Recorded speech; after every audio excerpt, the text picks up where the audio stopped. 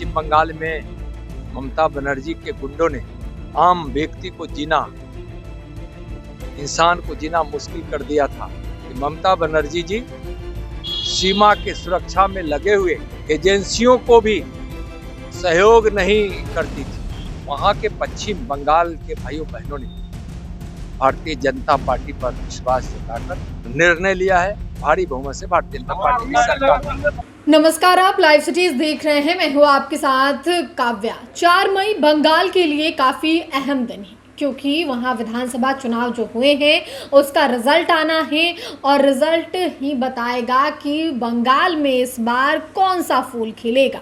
फूल से हम आपको ये कह रहे हैं कि क्या कमल खिलेगा या फिर टीएमसी का गुच्छों वाला फूल खिलेगा, ये देखने वाली बात होगी। और ये 4 मई को ही पता चल पाएगा कि बंगाल में ममता बनर्जी की सरकार फिर से आती है या फिर बीजेपी की सरकार आती है, बदलाव होगी। क्योंकि इस बार वोटिंग जो है वो बम्पर हुई है, तो बड़ी संख्या में वोटर जो है अपने घर से बाहर निकले हैं और अपने मत का प्रयोग किए। इसी कड़ी में बिहार में भी बंगाल चुनाव को लेकर खूब राजनीति हो रही है। केंद्रीय गृह राज्य मंत्री नित्यानंद राय क्या कुछ कह रहे हैं, आप पहले वो सुने।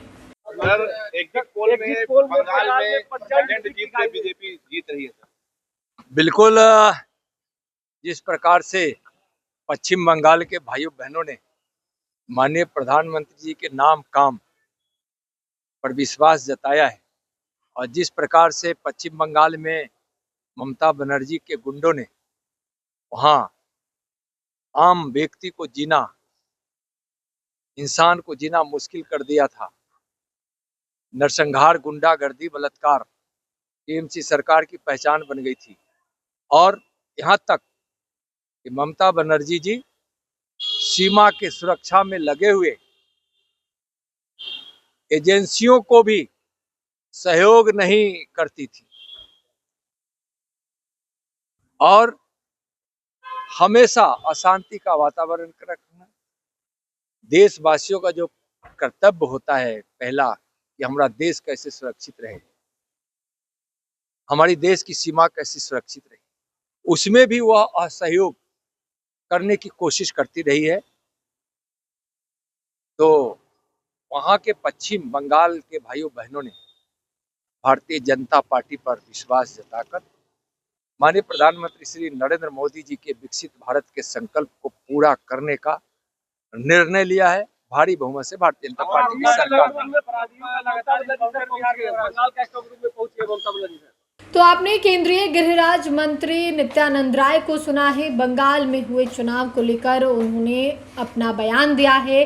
उन्होंने ममता बनर्जी के गुंडों तक की बात कही है। उन्होंने ये भी कहा है कि बांग्लादेशियों का जो मामला है, घुसपैठ का जो मामला है बंगाल में, उस पर भी अपना बयान दिया है। दरअसल आपको बता दें तो उन्होंने कहा है कि माननीय प्रधानमंत्री जी के काम पर जनता ने विश्वास जताया है। जिस प्रकार से पश्चिम बंगाल में ममता बनर्जी के गुंडों ने आम व्यक्तियों का जीना मुश्किल कर दिया था, नरसंहार, गुंडागर्दी, बलात्कार टीएमसी की पहचान बन गई थी। ममता बनर्जी सीमा की सुरक्षा में लगे हुए एजेंसियों को भी सहयोग नहीं करती थी। यानी कि सीमा सुरक्षा की बात जो बंगाल चुनाव के शुरुआती के दिनों से ही किया जा रहा है।